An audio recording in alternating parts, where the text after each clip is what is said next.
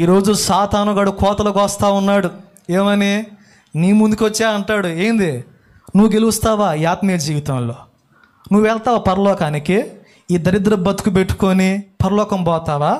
దేవుడు నిన్ను క్షమిస్తాడని చెప్పి అనుకుంటున్నావా అని కృంగదీసే బాణాలు మొత్తం మన మీద వదులుతూ ఉంటాడు వాడు.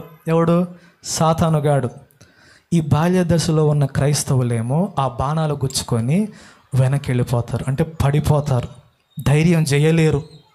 ఎందుకని? వాళ్ళ దృష్టికి వాడు ఎంతో ఎత్తరి, ఆ సాతానుగాని గెలవలేకపోతున్నానన్నయ్యా అని చెప్పి అంటది ఒక సోదరి. సాతానుగాడి శోధనలో పడిపోతానన్నయ్యా అంటాడు ఒక సోదరుడు. దావీదు అట్లా అనలా. వీళ్ళు మొత్తం చిన్నపిల్లలాగా చూస్తూ ఉన్నారు. దావీదు వచ్చాడు, ఆయన్ని చూశాడు. ఏంది? ఈయన్ని చంపితే ఏమిస్తా ఉన్నాడు రాజు? అయ్యా ఈయన్ని చంపితే అయ్యా ఆయన కూతుర్నిచ్చి పెళ్లి చేస్తా ఉన్నాడు, ఇదిగో ఇంకా పలానాది ఇస్తామన్నాడు. అయ్యా అవునా? ఇదిగో వాడిని నేను చంపుతాను. ఎవరంది ఈ మాట? కాదు, చిన్నవాడిగా ఉన్న పెద్దవాడు. ఈ దావీదు అన్న మాటలు సౌలు వద్దకు వెళ్ళినాయి. అన్నలు వచ్చారు. రే ఆ గొర్రెలను ఏం చేసావు? ఈడ ఎంత పెద్దవాళ్ళం మా వల్లే కావట్లేదు. కొంతమంది అయ్యా మేము 30 ఏళ్ళ నుంచి వస్తున్నాం చర్చికే. ఎన్నేళ్ళ నుంచే?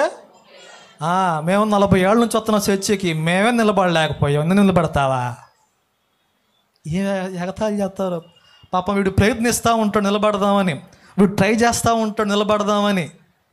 ఆత్మీయ జీవితంలో నిలదొక్కుని ఆ సాతానుగాడిని గెలవటానికి వీడు ప్రయత్నిస్తూ ఉంటే వాడు బాణాలు వేయటం కాదు.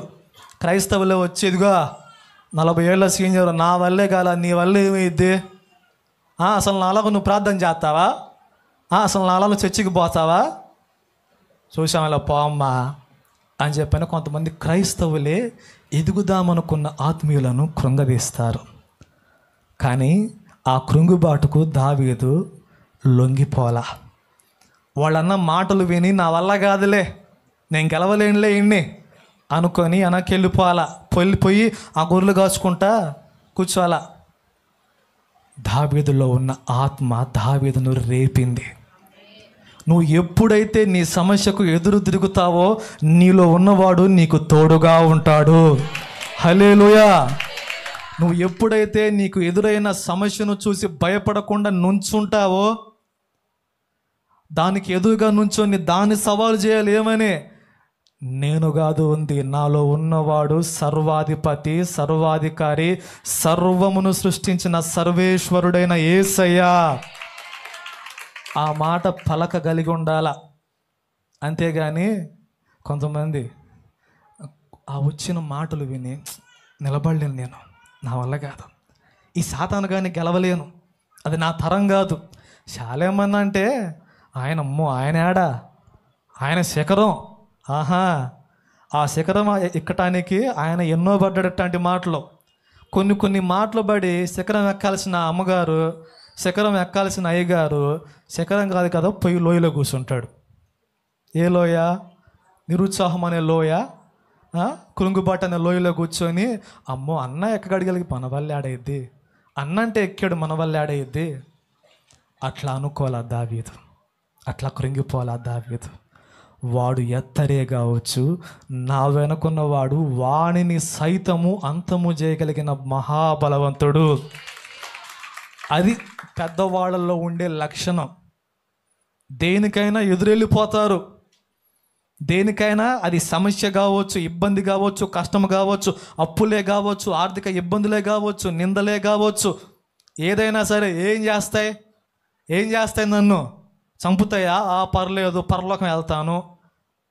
ఏం చేస్తే అవమానపరుస్తారా?